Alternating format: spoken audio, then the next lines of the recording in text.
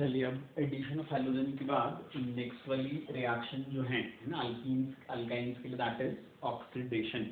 ठीक है, ऑक्सीडेशन में सबसे पहला रिएक्शन क्या होगा, तो हम बोलेंगे अल्कीन पर एयर या ऑक्सीजन से अपन रिएक्शन करवाते हैं by taking silver as the catalyst. ठीक है, तो यहाँ फॉर्मेशन हो जाता है कि इसका दैट इज इपोक्साइड।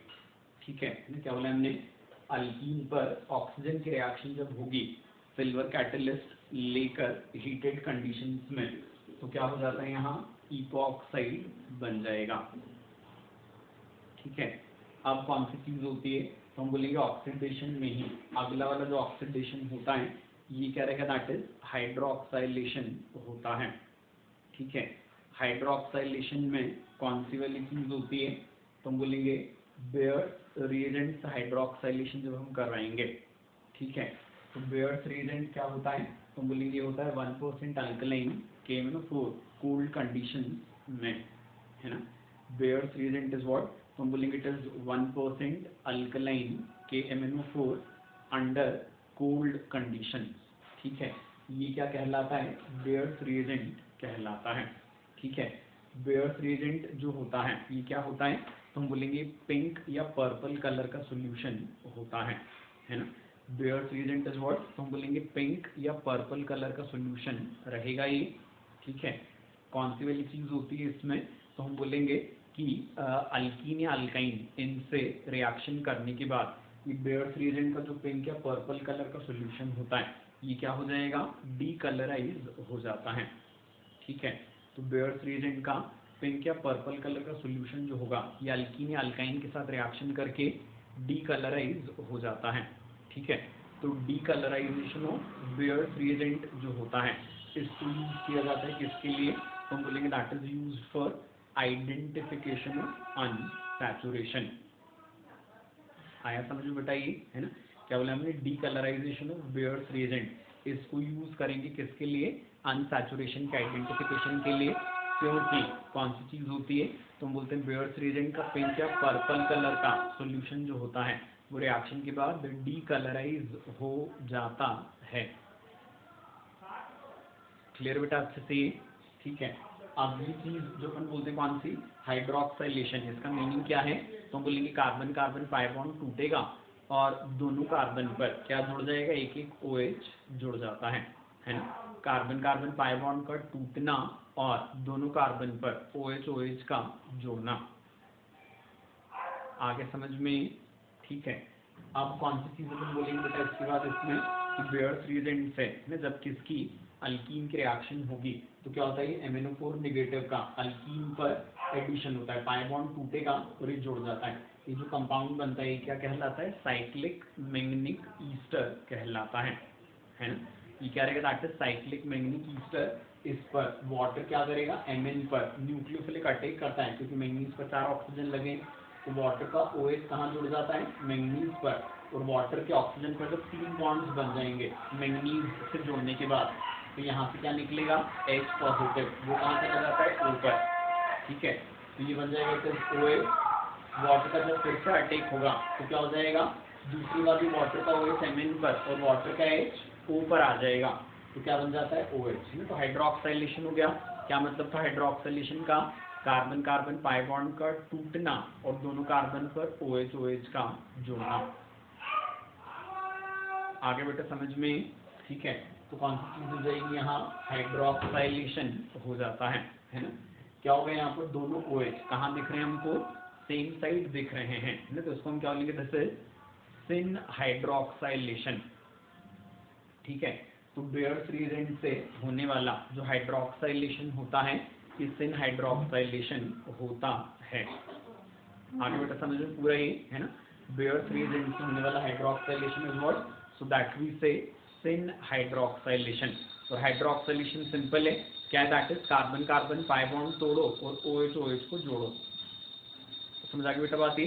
तो बेयर्स रिएजेंट से क्वेश्चन करने के लिए आपको सिंपली कौन सी चीज याद रखनी है, तो हम बोलेंगे bears reagent is what, 1% alkaline KMnO4 under cold condition. ठीक है, यदि यहाँ पर हॉट स्पेसिफाई न किया और कोल्ड भी स्पेसिफाई न किया तो उसको कोल्ड मान लेना है ना क्वेश्चंस करने के लिए। ठीक है, फिर क्या बोला हमने, बेयर्स रिएजेंट क्या होता है, पिंक या पर्पल कलर का सॉल्यूशन जो डीकलराइज हो जाता है, use for identification of unsaturation, that is both carbon carbon double bond and carbon carbon triple bond, है ना। अगली चीज हमने क्या बोली, हमने बोला बेयर्स रिएजेंट हाइड्रोक्साइलेटिंग एजेंट है, तो प्रोडक्ट काफी simple, carbon carbon pi bond तोड़ो और दोनों कार्बन पर एक एक OH जोड़ दो, ठीक है। और लास्ट चीज कौन सी, बेयर्स रिएजेंट से होने वाला हाइड्रोक्साइलेशन क्या होता है, इट इज सिन हाइड्रोक्साइलेशन। आगे बेटा समझ में अच्छे से यहाँ तक का पूरा, है ना। अब इसके बाद फिर हम कौन सी चीज बोलते हैं कि अल्काइन पर जो अपन KMnO4 की रिएक्शन करवाएंगे, ठीक है। तो यहाँ पर क्या है, 2 पाई बॉन्ड्स हैं, तो यहाँ पर हाइड्रोक्साइलेशन 2 बार होता है, तो क्या हो जाएगा, एक एक कार्बन पर 2 OH आ जाएंगे, ठीक है। और एक एक कार्बन पर 2 OH आए तो क्या हो जाएगा, लॉस ऑफ वाटर, उससे C double bond O and C double bond O बन जाता है। क्लियर हुआ कि बेटा, ये है ना, क्या बन जाएगा उससे, तो हम बोलेंगे C double bond O and C double bond O बन जाएगा। क्लियर हो गया अच्छे से ये, है ना। अब हम, है ना, क्या बोलेंगे इसको, दिस इज विसिनल डाइकार्बोनाइल। तो क्या होता है, इट इज अल्काइन पर भी KMnO4 से रिएक्शन होकर हाइड्रोक्साइलेशन 2 बार हो जाता है, और इस डबल हाइड्रोक्साइलेशन के बाद एक ही कार्बन पर से एक एक वाटर मॉलिक्यूल निकलकर क्या बन जाएगा, इट इज विसिनल डाइकार्बोनाइल बन जाता है। क्लियर होगी बेटा बात अच्छे से, ये है ना। अब हम कौन सी चीज बोलेंगे कि बेयर्स रिएजेंट कोल्ड कंडीशंस में था, यदि हॉट KMnO4 होगा तो क्या करना है, ठीक है। तो हॉट KMnO4 वाली जो रिएक्शन होती है बेटा, है ना, ये कैसी होगी, हम बोलेंगे हॉट KMnO4 में हमको क्या करना है, कार्बन कार्बन डबल बॉन्ड से तोड़ देना है, तो क्या हो जाएंगे, दोनों कार्बन मतलब ये डबल बॉन्ड के क्रॉस जो 2 हिस्से थे दोनों अलग अलग हो गए। समझ आ गई बेटा बात, ये है ना, क्या हो जाएगा, हम बोलेंगे ये जो 2 हिस्से थे ये दोनों अलग अलग हो जाते हैं, ठीक है। अब कौन सी वाली चीज है इसमें, तो हम बोलेंगे दोनों हिस्से जब अलग अलग हो जाएंगे, है ना, तो कौन सी चीज होगी, तो हम बोलेंगे दोनों कार्बन पर हम क्या जोड़ देंगे, double bond O and double bond O जोड़ देते हैं, है ना। हॉट KMnO4 से क्या करना है बेटा, तो हम बोलेंगे कार्बन कार्बन डबल बॉन्ड को तोड़ना है, जो दोनों कार्बन अलग अलग हुए दोनों कार्बन को double bond O and double bond O जोड़ देना है, ठीक है। अभी जो प्रोडक्ट बना है यहाँ पर, ये प्रोडक्ट क्या है, तो हम बोलेंगे ये अल्डिहाइड कीटोन कुछ भी हो सकता है, ठीक है। तो हम क्या बोलेंगे, यदि अल्डिहाइड होगा तो ये आगे ऑक्सीडाइज हो जाता है किसमें, that is into carboxylic acid, ठीक है। और यदि ये कीटोन होता है तो क्या हो जाएगा, हम बोलेंगे रिएक्शन यहीं पर रुक जाती है ना। क्या बोला हमने, हॉट KMnO4 से कार्बन कार्बन डबल बॉन्ड को तोड़ना है, दोनों कार्बन को अलग अलग करके दोनों पर double bond O and double bond O जोड़ना है, ठीक है। ये जो कंपाउंड्स हैं, ये कंपाउंड्स क्या हैं, तो हम बोलेंगे ये कंपाउंड्स होते हैं अल्डिहाइड या कीटोन, ठीक है। ये कंपाउंड्स क्या होते हैं, तो हम बोलेंगे कंपाउंड्स होते हैं अल्डिहाइड्स एंड कीटोन, ठीक है। फिर कौन सी चीज होती है, तो हम बोलेंगे कि रिएक्शन में यदि अल्डिहाइड बनेगा तो ये प्रोडक्ट क्या हो जाएगा, आगे ऑक्सीडाइज होकर कार्बोक्सिलिक एसिड में चला जाता है, ठीक है। और यदि कीटोन होगा तो ये यहीं पर रुक जाएगा, है ना। यदि दोनों कीटोन होंगे तो क्या हो जाएगा, रिएक्शन ही रुक जाएगी, ठीक है। दोनों अल्डिहाइड होंगे तो दोनों चले जाएंगे कार्बोक्सिलिक एसिड में, एक अल्डिहाइड होगा एक कीटोन होगा तो कीटोन तो वहीं रुक जाएगा, अल्डिहाइड चला जाएगा कार्बोक्सिलिक एसिड में। आइए बेटा बात समझ में अच्छे से, ठीक है। और दूसरी चीज एक और जो होती है इसमें कौन सी, कि अल्डिहाइड जो बना बाय चांस यदि क्या है, यहाँ दोनों जगह H है, मतलब फॉर्मल्डिहाइड है, ठीक है। तो फॉर्मल्डिहाइड जाएगा किसमें, फॉर्मिक एसिड में, और फॉर्मिक एसिड पर रिएक्शन रुकती नहीं है, फॉर्मिक एसिड यदि मिल रहा होगा तो वो फर्दर ऑक्सीडाइज हो जाता है किसमें, दैट इज इनटू CO2। आएगा बेटा समझ में, तो क्या बोलेंगे, मेरी यहाँ पर जो एसिड हमको मिल रहा है ना, वो क्या रहेगा, फॉर्मिक एसिड होता है HC डबल बॉन्ड OH, ठीक है। तो फॉर्मिक एसिड फर्दर ऑक्सीडाइज हो जाता है किसमें, दैट इज इनटू CO2। आगे बेटा बात समझ में अच्छे से, है ना, formic acid is further oxidized into CO2। Clear है अच्छे से, ठीक है। क्वेश्चंस के लिए काफी इंपॉर्टेंट रिएक्शन है ना। फिर हम कौन सी चीज बोलते हैं, तो हम बोलेंगे अल्काइंस पर यदि हॉट KMnO4 की रिएक्शन होगी तो यहाँ भी क्या होता है, C ट्रिपल बॉन्ड C टूटता है और क्या हो जाएंगे, दोनों हिस्से हमेशा हमेशा के लिए जाएंगे किसमें, कार्बोक्सिलिक एसिड में ही, है ना। तो अल्काइंस पर हॉट KMnO4 ऑक्सीडेशन से हमेशा क्या बनते हैं, 2 कार्बोक्सिलिक एसिड बनते हैं। ठीक है, यदि यहाँ भी क्या बना, फॉर्मिक एसिड बना, तो फॉर्मिक एसिड किस में चला जाएगा, तो हम बोलेंगे CO2 में चला जाएगा, है ना। तो अल्काइंस के हॉट KMnO4 ऑक्सीडेशन पर हमेशा हमेशा के लिए क्या बनते हैं, 2 कार्बोक्सिलिक एसिड। ठीक है, और उनमें कार्बोक्सिलिक एसिड यदि कैसा हुआ, फॉर्मिक एसिड हुआ, तो वो ऑक्सीडाइज हो जाता है किसमें, दैट इज इनटू CO2।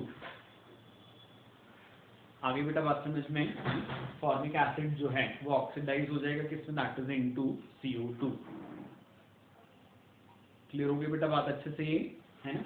अब इसके बाद फिर अगली चीज जो होती है, नोट लगा के हम लिखेंगे कि जो काम हॉट KMnO4 करता है, यही कौन कर सकता है, एसिडिफाइड KMnO4, है ना, विदाउट हीटिंग, या एसिडिफाइड K2Cr2O7, है ना, विदाउट हीटिंग, या फिर KMnO4 प्लस NaIO4, ये क्या कहलाता है, लिमिक्स रिएजेंट, है ना। इसको भी गर्म करने की जरूरत नहीं पड़ेगी।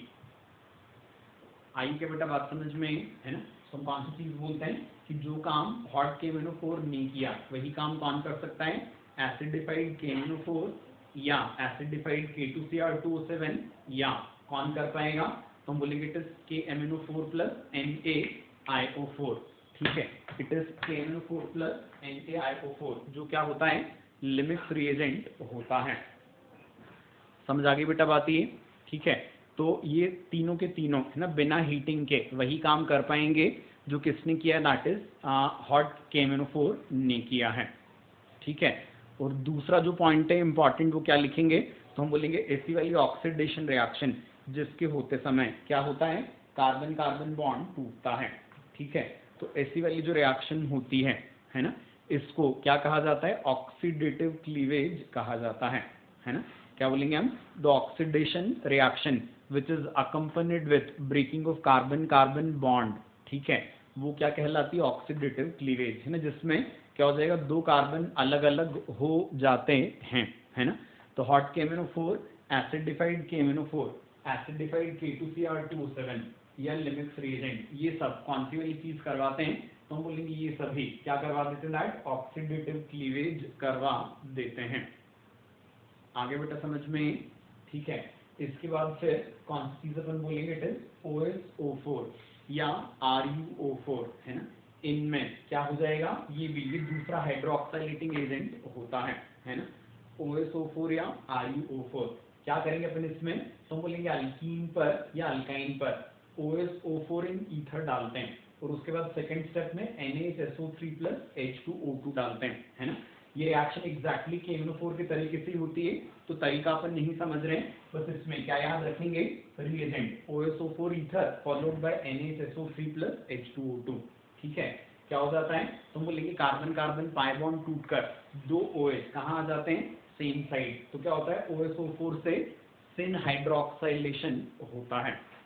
ठीक है ना, OSO4 से क्या हो जाएगा, इट इज सिन हाइड्रोक्साइलेशन होगा।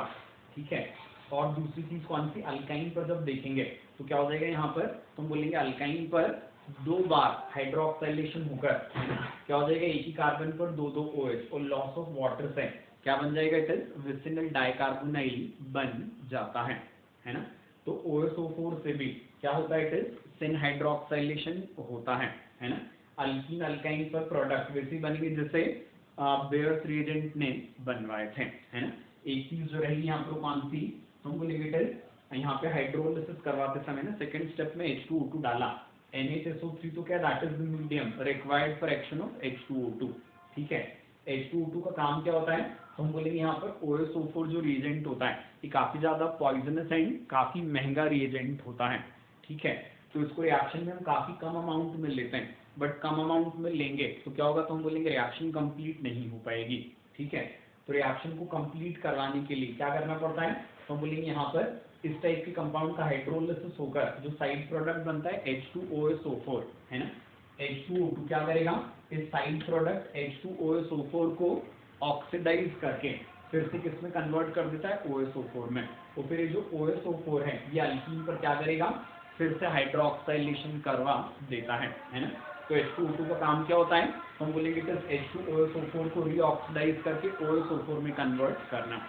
ठीक है बेटा, अब इसके आगे का अपन नेक्स्ट टर्न पे देखेंगे। ठीक है, नहीं यहाँ तक का समझ में आ गया अच्छे से। तो OSO4 से भी होने वाला हाइड्रोक्साइलेशन इज सिन हाइड्रोक्साइलेशन। और यदि क्वेश्चन में RuO4 दिया है तो RuO4 से भी कौन सी चीज हो जाएगी, सिमिलर रिएक्शन हो जाती है। क्लियर बेटा यहाँ तक अच्छे से, है ना।